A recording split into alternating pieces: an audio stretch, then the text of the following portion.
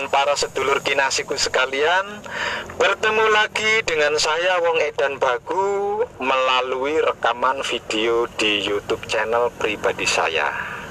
Semoga dengan video ini kita semua bisa mendapatkan manfaat yang berkah ya. Amin.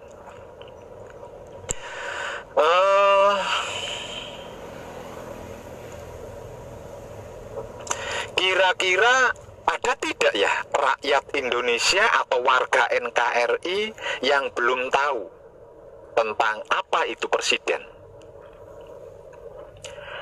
Sepertinya tahu semua ya. Mungkin hanya 0,1% saja yang belum mengetahui, terutama anak-anak balita tentunya.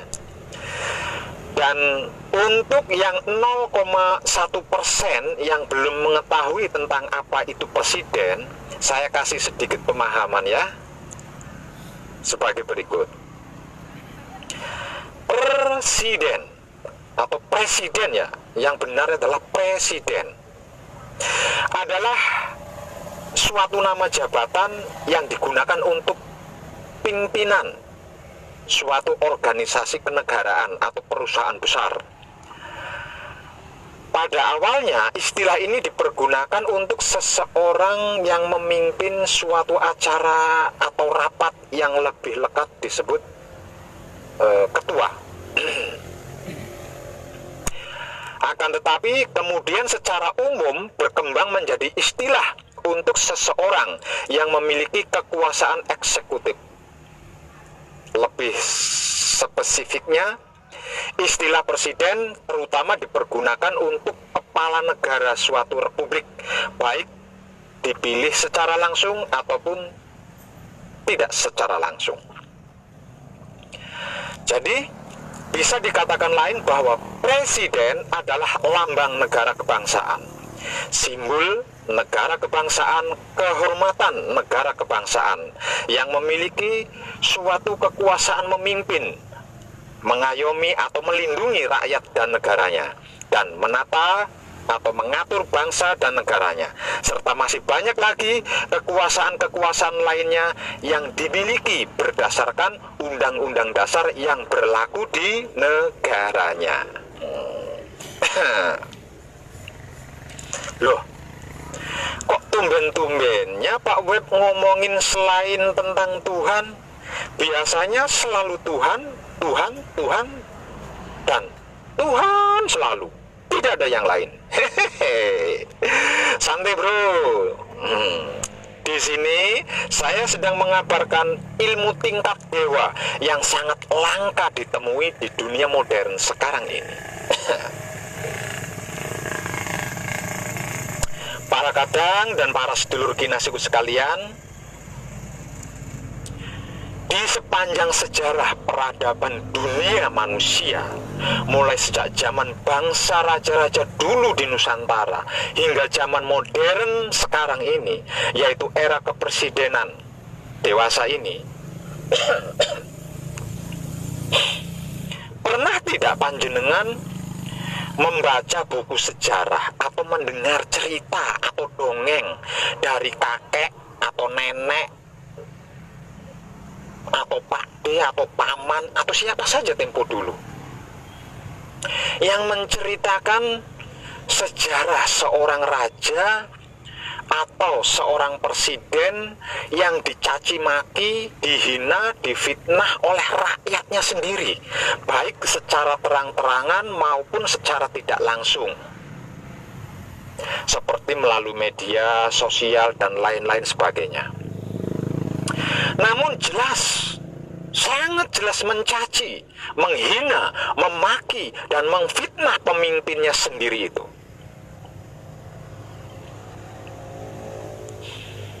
Kalau saya pribadi sih, yang memiliki hobi atau kesukaan menelusuri sejarah-sejarah dunia, saya belum pernah mengetahui ada cacian, makian, hinaan, dan fitnah yang buruk dan kejam, baik dari sisi kemanusiaan dan dari sisi keagamaan ataupun dari sisi spiritual yang diarahkan atau ditujukan kepada seorang pemimpin negara dari suatu bangsa.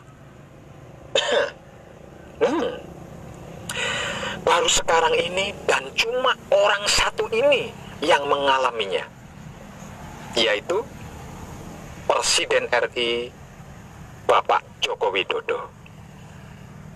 Coba saja telisik sejarah dunia, dari negara manapun atau bangsa manapun, mulai dari zaman raja-raja hingga zaman presiden sekarang ini, sama sekali tidak ada. Di negeri atau negara yang saya ketahui sendiri bermayoritas agama dan menjunjung tinggi tradisi kesusilaan serta budaya, ternyata memuja kata-kata kotor yang tidak manusiawi dan sama sekali tidak berbudaya.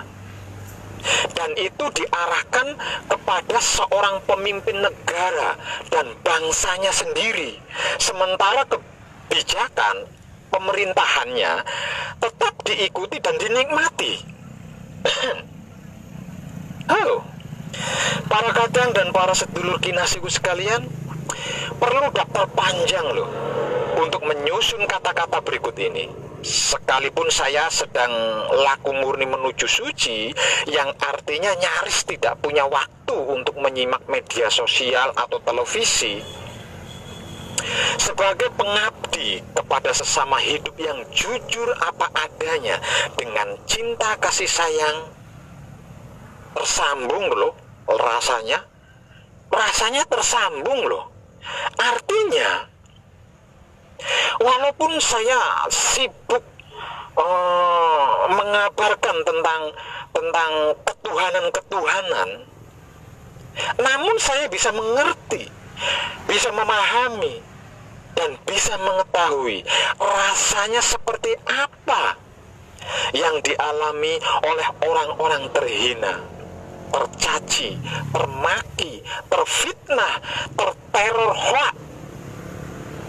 Apalagi dia seorang presiden yang sebagai simbol dan lambang kehormatan NKRI yang sedang saya cintai, yang sedang saya kasihi, yang sedang saya sayangi semua sisi dan segala seginya. Dengan kemanunggalan atau penyatuan rasa itulah saya bisa menyaksikan sendiri model bentuk cacian, makian, hinaan, dan fitnah yang ditujukan kepada Presiden NKRI yang tak lain dan tak bukan adalah simbol atau lambang NKRI itu sendiri, yang tersebar di mana-mana tanpa sembunyi-sembunyi, tanpa rahasiaan sedikit pun. Seperti berikut ini. 1. Presiden babi. 2. Presiden anjing. 3. Presiden LGBT. 4. Presiden yang akan menghalalkan babi panggang. 5. Presiden yang akan menghalalkan pernikahan sesama jenis. 6. Mereka akan aborsi. 7. Anak PKI. 8. Cina tulen. 9. Antek-antek asing. 10. Antek-antek Yahudi. 11. Nama aslinya adalah Oi Hyong Leong. 12. Sundal alias pelacur. 13. Sholat jenazah pakai duduk. 14. Mengganti rupiah dengan mata uang Tiongkok. 15. Burung unta. 16. Sinting. 17. Bebek lumpuh. 18. Idiot. 19. Plonga-plongo. 20. Dungu. 21. Tidak tahu apa-apa. 22. Anak pungut. 23 pengecut, 24 ingusan, 25 bodoh, 26 tukang mebel, 27 tidak pantas jadi presiden, 28 banci, 29 haid, 30 bajingan, dan lain-lain dan lain-lain. Belum lagi yang bernuansa agama. 1. Pemimpin takhut. 2. Fir'aun. 3. Dajjal. 4. Kafir. 5. Munafik. 6. Ketua partai setan. 7. Laknatullah. 8. Iblis. 9. Pemimpin yang akan meniadakan adzan, dan lain-lain dan lain-lain. Ditambah lagi dengan fitnah dan hoak dan lain-lain dan lain-lain. Wow. Menurut saya, jangan menurut saya, menurut yang lain dulu. Menurut para kadang dan para sedulur kinasiku sekalian, di sepanjang sejarah peradaban dunia bangsa manusia, ada apa tidak sebutan yang lebih buruk dari itu? Dari rakyatnya kepada rajanya, dari rakyatnya kepada presidennya.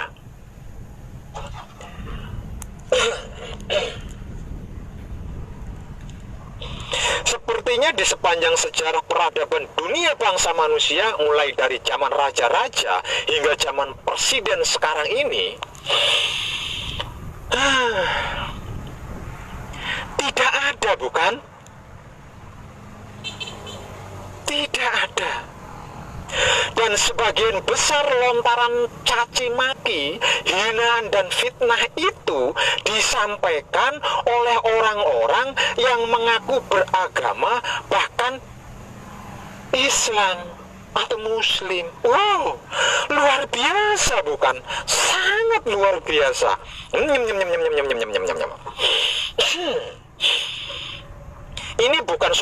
Ini bukan soal baper loh. Juga bukan soal tidak terima, apalagi ikut campur urusan orang lain. Bukan, sama sekali bukan. Namun ini tentang seberapa banyak kebencian yang kita miliki dan tertanam dalam diri kita, serta seberapa dalam akhlak dan etika yang bisa kita lakukan dalam kehidupan di dunia ini.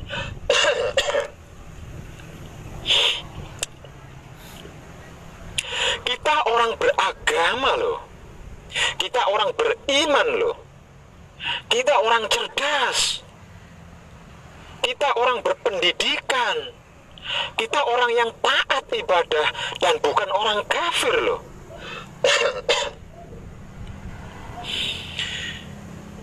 Bukankah itu dan begitu yang selalu kita unggul-unggulkan? Iya apa iya? Buktinya ketika kita akan marah, buktinya kita akan marah besar, bahkan menuntut keadilan ketika kita dikatakan tidak beragama, tidak beriman, tidak cerdas, tidak berpendidikan, tidak taat ibadah, dan kafir. Pasti marah, pasti tidak terima senang. Iya tidak? Artinya kita kan orang beragama, kita kan orang beriman, orang cerdas, orang berpendidikan.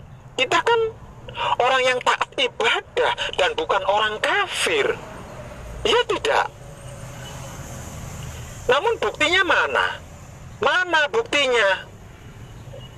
Apa yang disebut dan dinamai sebagai orang beragama, orang beriman, orang cerdas, orang berpendidikan, orang yang taat agama dan bukan kafir itu adalah menghina, mencaci, memaki, membenci, memfitnah, menghujat, mengadu domba.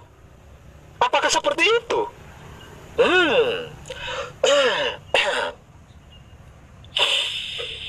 Para kadang dan para sedulur kinasihku sekalian, di negara paling liberal atau paling ateis sekalipun tidak akan kita temui fenomena yang seperti di negeri yang mayoritas beragama, bahkan muslim terbesar di muka bumi ini.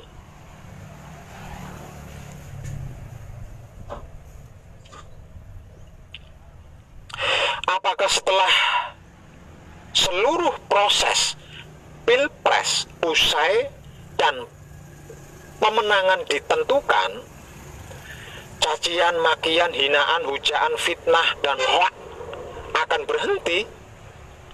Wallahu alam. Sepertinya akan semakin banyak orang-orang yang merasa agamis dan lebih beriman, namun dengan bangga dan bahagianya memupuk kebencian dan hoak, tuduhan serta fitnah sana sini.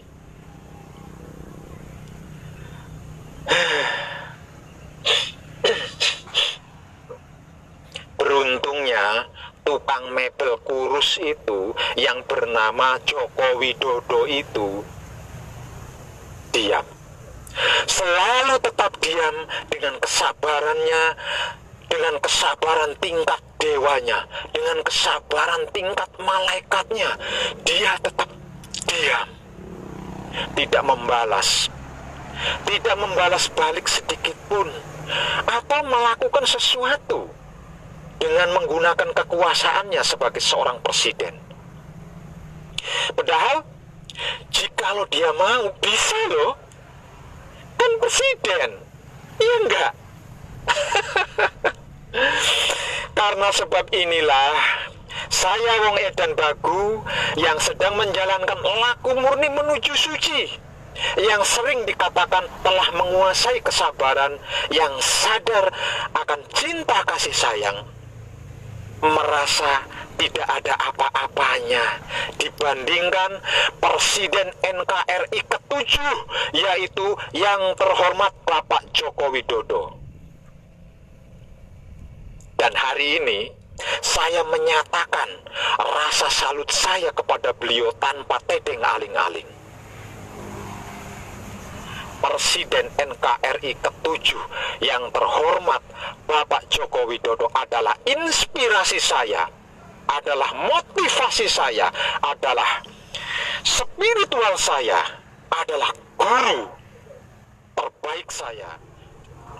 Para kadang dan para sedulur kinasihku sekalian, Bapak Presiden kita Joko Widodo adalah makhluk manusia hidup di dunia ini yang dicaci, dimaki, dihina, dihujat, difitnah, seakan paling ternista dan terjahat di sepanjang penciptaan manusia di muka bumi ini, melebihi Fir'aun dan Dajjal. Namun beliau tetap diam sambil tersenyum dan bersabar dengan kesabaran tingkat dewanya, dan selalu bergerak maju dengan semangat imannya. Dan ini sudah lebih dari cukup untuk dijadikan bukti bahwa beliau sebagai makhluk yang pantas untuk dijadikan cermin diri bagi kita semua yang rindu akan ketentraman yang sempurna. Salam setuhan, penuh cinta kasih sayang dari lubuk hati saya, Wong Edan Bagu yang paling dalam. Selamat, selamat, selamat. Rahayu, rahayu, rahayu. Damai, damai, damai. Tentram. Saya Wong Edan Bagu ngaturaken sugeng rahayu lir ing sambikala amanggih yuwana pinayungan mring ingkang maha suci Basuki Yuwono teguh rahayu selamat berkah selalu untuk semuanya tanpa terkecuali, terutama para sedulur, khususnya para kadang konto dan kanti anom saya yang senantiasa direstui yang maha suci hidup. Om Santi, Santi, Santi Om. Wassalamualaikum warahmatullahi wabarakatuh. Terima kasih, terima kasih, terima kasih, terima kasih Bapak Presidenku yang terhormat Joko Widodo. Terima kasih. Anda benar-benar luar biasa. Panjenengan benar-benar luar biasa. Saya salut kepada panjenengan. Saya bangga punya presiden seperti panjenengan. Panjenengan adalah inspirasi saya. Panjenengan adalah motivasi spiritual saya. Sungguh panjenengan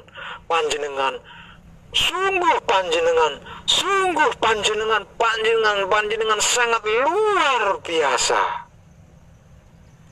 Dan saya berani pastikan Allah Subhanahu wa Ta'ala melindungi panjenengan dan menyelamatkan panjenengan.